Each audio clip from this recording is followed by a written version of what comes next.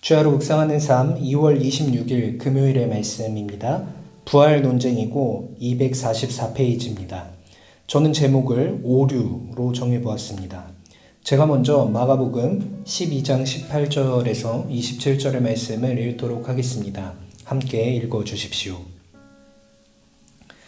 부활이 없다 하는 사두개인들이 예수께 와서 물어 이르되 선생님이여 모세가 우리에게 써주기를 어떤 사람의 형이 자식이 없이 아내를 두고 죽으면 그 동생이 그 아내를 취하여 형을 위하여 상속자를 세울지니라 하였나이다. 7 형제가 있었는데 마지가 아내를 취하였다가 상속자가 없이 죽고 둘째도 그 여자를 취하였다가 상속자가 없이 죽고 셋째도 그렇게 하여 7이 다 상속자가 없었고 최후의 여자도 죽었나이다. 7 사람이 다 그를 아내로 취하였으니 부활 때에 곧 그들이 살아날 때에 그 중에 누구의 아내가 되리이까? 예수께서 이르시되 너희가 성경도 하나님의 능력도 알지 못함으로 오해함이 아니냐. 사람이 죽은 자 가운데서 살아날 때에는 장가도 아니가고 시집도 아니가고 하늘에 있는 천사들과 같으니라. 죽은 자가 살아난다는 것을 말할진대 너희가 모세의 책 중 가시나무 떨기에 관한 글에 하나님께서 모세에게 이르시되 나는 아브라함의 하나님이요 이삭의 하나님이요 야곱의 하나님이로라 하신 말씀을 읽어보지 못하였느냐. 하나님은 죽은 자의 하나님이 아니요 산 자의 하나님이시라. 너희가 크게 오해하였도다 하시니라. 아멘. 네, 오늘의 말씀 한번 살펴보도록 하겠습니다. 오늘의 말씀의 시작은 사두개인들이 등장하면서부터 시작을 하는 것을 볼 수 있습니다. 그랬을 때 이 사두개인들에 대해서 먼저 간략하게 소개를 하도록 하겠습니다. 사두개인들은 유대교에 있던 큰 분파 중에 하나였습니다. 사두개파 사람들이었는데 바리새파도 있었고 유대교 안에 에세네파도 있었고 사두개파도 있었고 이런 식으로 유대교 안에 몇 가지 분파가 있었고 그들에게 가지고 있었던 어떤 특징들은 다 다른 것이었는데 사두개파의 특징들은 어떤 것이었냐면 바리새파가 가지고 있었던 어떤 전통들, 그러니까 옛날로부터 일어났던 전통들과 그런 법규들은 인정을 하지 않았습니다. 그리고 그들이 인정하는 것은 오직 기록된 성경 말씀만 인정했다고 합니다. 자, 그런데 이 사람들의 특징 또 뭐가 있냐면 천사나 영혼이 불멸하는 것에 대해서는 또 부정했다고 이야기를 합니다. 그러니까 영혼이라는 것은 그러니까 몸이 죽게 되었을 때 그 영혼도 함께 죽는다는 것이죠. 영혼도 사라지기 때문에 이것이 이어져서 이들 가운데 있는 어떤 개념은 부활이 없었습니다.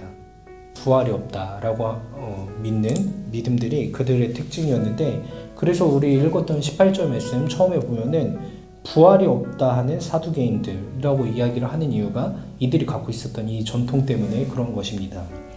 좀 아이러니한 부분이 있습니다. 사람의 전통은 멀리하고 하나님의 말씀만 인정을 한다는 것은 참 좋은 이야기 같은데, 또 천사나 영혼에 대해서는 또 부정을 하는 모습을 보면 좀 이들 가운데 어떤 아이러니가 있었던 것 같고, 또 이 사람들은 그렇기 때문에 하나님의 말씀을 이제 주로 윤리와 도덕적인 차원에서 많이 접근을 하였다고 합니다. 어쨌든 이 사두개인들이 등장을 해서 예수님께 질문을 하게 됩니다. 그 질문의 내용은 무엇이었냐면 신명기에 나와 있는 그 수혼법을 예로 들면서 부활의 때에 이 수혼법이 어떠한 효력을 발생할 것인지를 묻습니다. 그러니까 수혼법이라는 것은 간단하게 오늘 19절부터 23절 말씀에 잘 나와 있는데, 형이 결혼을 한 형수님이 있고 형이 있으면 이 형이 그 상속자가 없이 아들이 없이 죽었을 경우에는 이 동생이 이 형수를 취하여서 상속자를 갖게 하는, 그래서 그 가문을 이어가는 것이 전통이었는데 이 수혼법이었는데, 이렇게 됐을 때 7 형제가 있었고 7 형제가 다 그런 식으로 해서 7명과 이렇게 부부가 되었다고 한다면 다시 부활을 하게 되었을 때 이 아내는 누구의 아내로서 인정을 받는지, 이러한 것을 물어봅니다. 그랬을 때 예수님께서 이렇게 대답을 하시는데 24절 말씀입니다.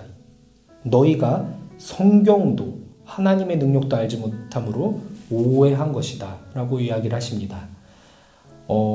예수님의 이 발언은 사실 굉장히 도발적인 발언이라고 이야기를 할 수 있을 것 같습니다. 왜냐하면 이들이 이 사두개파는 바리새파의 전통이나 규례는 인정하지 아니하였지만 분명히 하나님의 말씀인 성경만 인정을 하는 사람들이었기 때문에 예수님께서 너희가 성경을 모른다고 이야기를 하는 것은 그들의 자존심을 엄청나게 건드리는 것이라고 이야기를 그러한 의미라고 할 수 있는데 예수님께서 이렇게 설명을 해주십니다. 첫 번째로 부활에 대한 것을 이야기해 주십니다. 그랬을 때 이들은 사실상 부활을 믿지 않는 사람들이었기 때문에 지금 부활의 상황들에 대해서 묻는 것은 어떤 일종의 시험이라고 할 수 있을 것입니다. 그랬을 때 예수님께서 말씀하시는 것은 무엇이냐? 부활 때에는 너희가 그 육체적인 상관관계들이, 그러니까 육체적인 관계들이 아무런 의미가 없어질 것이다. 너희가 하나님 품 안에서 부활하는 그 날에는 너희가 천사와 같은 그러한 존재가 될 것이지 지금처럼 뭐 어떤 육체가 있어서 뭐 육체적인 관계들 또 이런 것들은 아무런 의미가 없을 것이다. 너희가 지금 하나님의 능력을 몰라서 또 성경을 잘 모르는 것이다 라고 이야기를 하셨고, 두 번째로 말씀하시는 것은 부활에 대한 것에 대해서 조금 더 보충 설명을 하시는 것인데 26절 말씀입니다. 그러니까 모세가 가시떨기나무의 불처럼 나타나신 하나님을 만나는 그 상황을 예로 드시는데 그곳에서 그 현장에서 하나님께서 모세에게 이렇게 말씀을 하십니다. 나는 아브라함의 하나님이고 이삭의 하나님이고 야곱의 하나님이다 라고 이야기를 하셨는데 그때 당시로 이미 모세를 만날 때는 그 아브라함, 이삭, 야곱 모두 다 죽은 존재들이었죠. 그랬을 때에 하나님께서 그렇게 말씀을 하시는 이유는 그 죽은 자의 하나님, 이미 지나간 의미 없는 것들의 하나님이라는 것이 아니라 하나님의 품 안에서 다시 영생을 누릴 수 있다는 것을 말씀하시는 것이라는 거죠. 하나님의 품 안에서는 하나님을 믿는 존재들, 하나님 백성들은 얼마든지 새로운 존재로서 부활해서 그 하나님의 품 안에서 이미 살아있다라는 것을 하나님께서 말씀하신 것인데 그 의미를 바로 모르고 너희들은 부활에 대해서 전혀 하나님의 능력에 대해서도 또 성경이 말하는 부활에 대해서도 전혀 모르고 있는 것이다 라고 지금 이야기를 해 주시는 것입니다. 그랬을 때 사두개인들이 갖고 있었던 어떤 그런 개념들은 결국에는 성경을 받아들인다고는 하였지만 그들은 오류를 갖고 있었던 사람들이라고 할 수 있을 것 같습니다. 그리고 그 사람들이 그렇게 오류를 갖고 있었던 이유는 아마도 자신의 삶을 기반으로 하나님의 말씀을 해석하기 때문에 그렇다고 할 수 있을 것 같습니다. 우리 또한 종종 그러한 오류가 있는 것 같습니다. 하나님의 나라가 예수님을 통해서 이 땅 가운데 우리의 삶 가운데 나타나기 시작하였는데 그렇기 때문에 우리가 하나님의 나라를 한 가지 오해하는 것은 우리의 삶에 있는 어떤 그런 모습들을 통해서 하나님의 나라를 해석하려 한다는 것이죠. 근데 성경이 말하는 것은 그런 것이 아니라 하나님께서 알려주시는 사실들을 통하여서 우리가 그것에 빗대어서 우리의 삶을 해석해 나가고 그것에 빗대어서 하나님의 나라를 경험하면서 살아가야 되는데 이미 우리의 삶을 통하여서 하나님의 나라를 누리고 있다고 생각하고 우리의 삶으로 하나님의 나라를 해석하려고 하는 이러한 오류들이 우리 가운데도 있는 것 같고 오늘 본문에 등장하는 그 사두개인들 가운데도 있었던 것 같습니다. 사실 우리가 더욱 알아야 하는 것은 하나님께서 알려주시는 것에 대한 믿음들이죠. 그랬을 때 분명히 사두개인들의 입장도 이해가 가는 것은 어떤 영적인 것들, 이러한 것들은 우리가 그렇게 쉽게 이해할 수 있는 부분들이 아니기 때문에 이러한 오해들을 갖는 것도 이해는 하지만 우리가 더욱더 가져야 하는 것은 하나님께서 알려주시는 것이 진리들이고 그 진리들이 우리의 삶 가운데 또 우리의 영원한 삶 가운데 하나님의 나라 가운데 존재한다라는 것을 믿음으로 받아들이고 그 믿음 가운데로 끊임없이 나아가야 한다는 것입니다. 그래야만 우리의 삶 가운데 오류가 없고 우리의 삶으로 하나님의 나라를 해석하는 그러한 오류가 없을 수 있다라는 것입니다.